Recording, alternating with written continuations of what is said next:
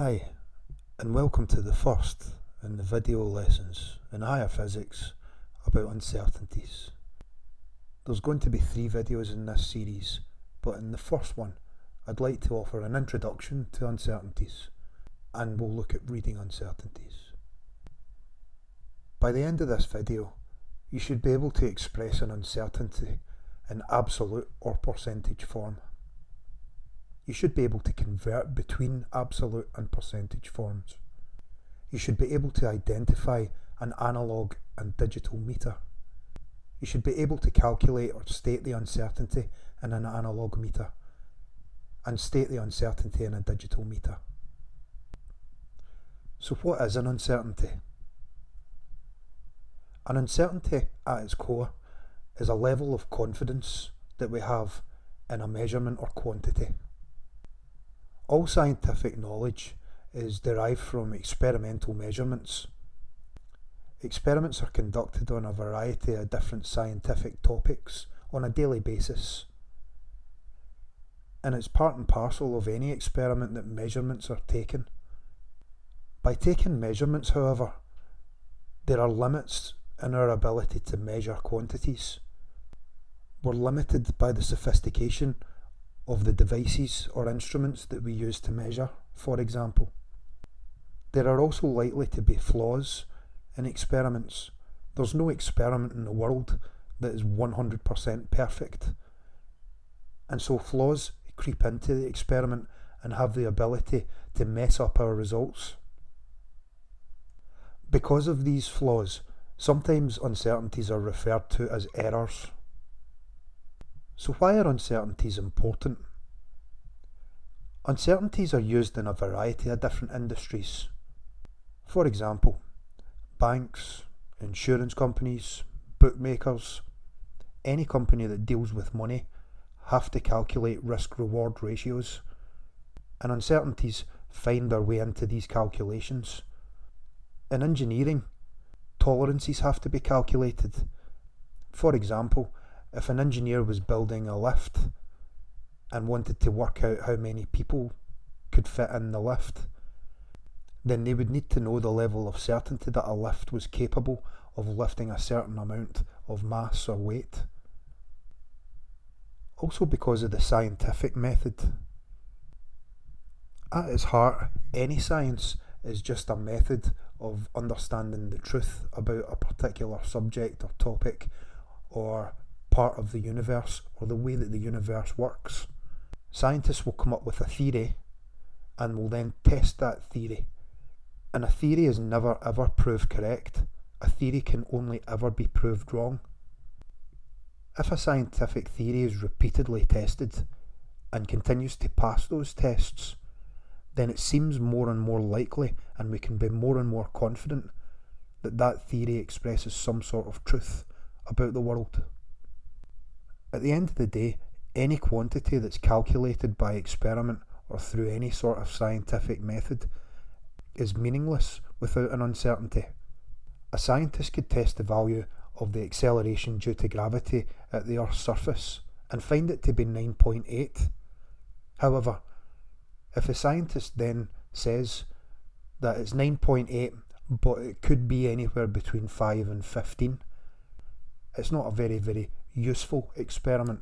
And so an uncertainty allows us a degree of confidence in the truth that the scientific method has uncovered. Large scientific organisations like NASA don't announce a new discovery unless the uncertainty that they have is exceptionally tiny and they can be almost 100% sure that what they've discovered is correct. In the first section, we're going to have a look at expressing uncertainties. Uncertainties can be expressed as either absolute or percentage values. Any uncertainty is always expressed as a measurement plus or minus some level of uncertainty. Here we've got a very basic experiment. A voltmeter measuring the voltage or potential difference across a single battery. Let's say the voltmeter read 1.5 volts and for whatever reasons we thought that the uncertainty in this value was 0.1 volts. This means that we know that the battery should be around 1.5 volts, but almost certainly lies within the 1.4 to 1.6 volt range. As an absolute value, this would be expressed as 1.5 plus or minus 0.1 volts. However, we could express this in a slightly different way, as a percentage uncertainty instead. To do that, we take the 0.1 volts and we calculate it as a percentage of 1.5. That's 0.1 divided by 1.5 multiplied by 100, which gives us 6.7%. And so, expressing this as a percentage uncertainty, we would have 1.5 volts plus or minus 6.7%. I have an example here. During the Olympics, a runner's 100 metre time was measured to be 9.76 seconds plus or minus 0.5%. Express this as an absolute uncertainty. I'll give you a moment to pause the video and have a go if you think you can. The uncertainty's already been expressed in its percentage form. To calculate this as an absolute uncertainty, we need to calculate 0.5% of 9.76 seconds and express that as a number of seconds, or its absolute form. To do this, we take 0.5 and divide it by 100 and multiply it by 9.76. This will give us 0.05 seconds. So expressed in its absolute form, we have 9.76 plus or minus 0.05 seconds. Uncertainties in a measurement or value can come from a variety of different sources, and at higher there are three that you need to worry about. The first one is the reading uncertainty. We'll have a look at the reading uncertainty in the remainder of this video. There's also a random uncertainty and a systematic uncertainty, but we'll cover them in the next video. So what is a reading uncertainty? Have a look at the clock here. What time is it?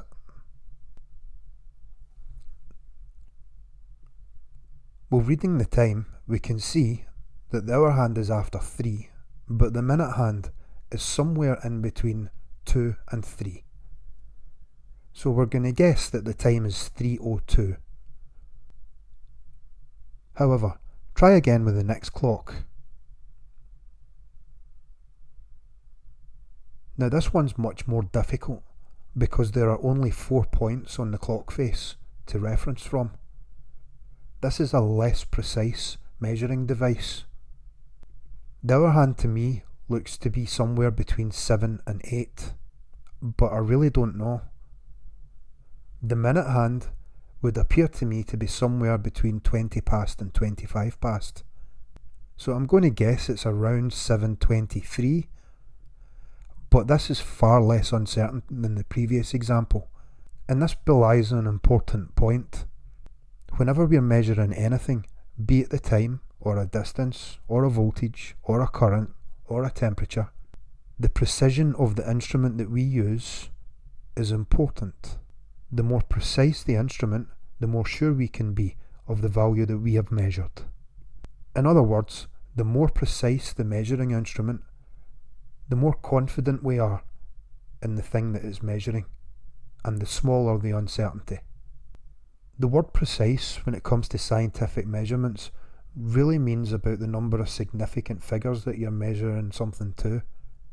The more significant figures you can measure something to, the more precise the instrument, and the more precise your measurement. Instruments come in one of two different types. We have analog instruments that use analog scales. The clock is an example of an analog scale. An analog scale is a regular scale, and you measure off of that regular scale, usually using something like a hand. But a ruler is an example of an analog scale, as is the example of the thermometer on the right hand side of the screen. Voltmeters can also have analog scales. The reading uncertainty in any analog scale is plus or minus half of a smallest scale division. In the example of our clock, the clock face is subdivided into minute intervals. You can't read any more precisely than minute intervals, so our smallest scale division is the minute. So if we were reading the time, we could safely say that it was 3:02, but our uncertainty would be plus or minus half, or 0.5 of that smallest scale division, or 0.5 minutes. I have an example here for you to try.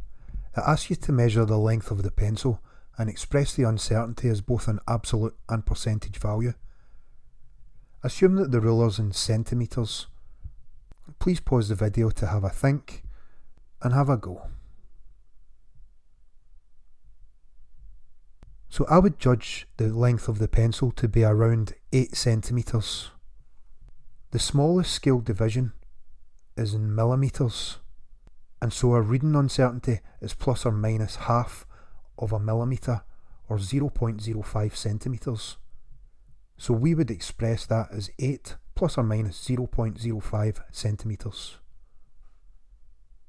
To calculate the percentage uncertainty, we need to find 0.05 as a percentage of 8. So that's 0.05 divided by 8 multiplied by 100, which gives us 0.6%.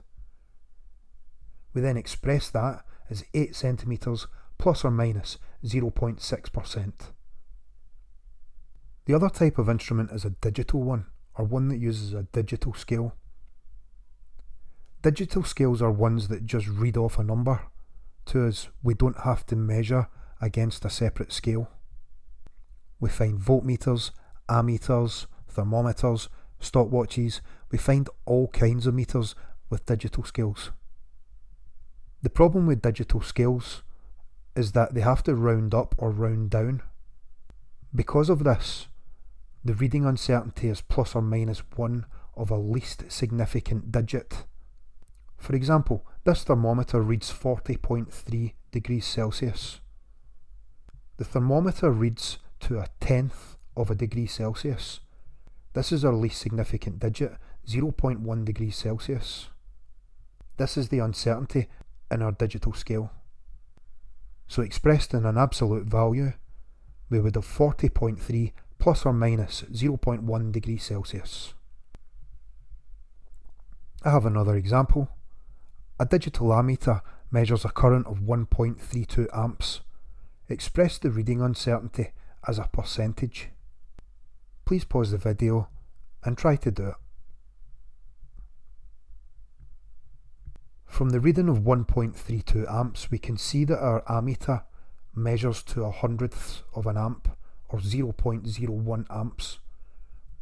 This is our least significant digit, and so our absolute uncertainty is 1.32 plus or minus 0.01 amps. But the question asks us to express this as a percentage uncertainty, so we need to find 0.01 as a percentage of 1.32. To do this, we take 0.01, divide it by 1.32 and multiply by 100 to give us 0.8%. So expressed as a percentage uncertainty, we have 1.32 amps plus or minus 0.8%. So by now, you should be able to express an uncertainty in absolute or percentage form. I know it's difficult for some people, but you need to be able to convert between them. You should be able to identify and differentiate between an analog and digital meter. The uncertainty in an analog meter is plus or minus half of a smallest scale division, and the uncertainty in a digital meter is plus or minus 1 least significant digit. I hope you found this video useful. Please like and subscribe, and I'll catch you next time when we'll look at random and systematic uncertainties. Cheerio!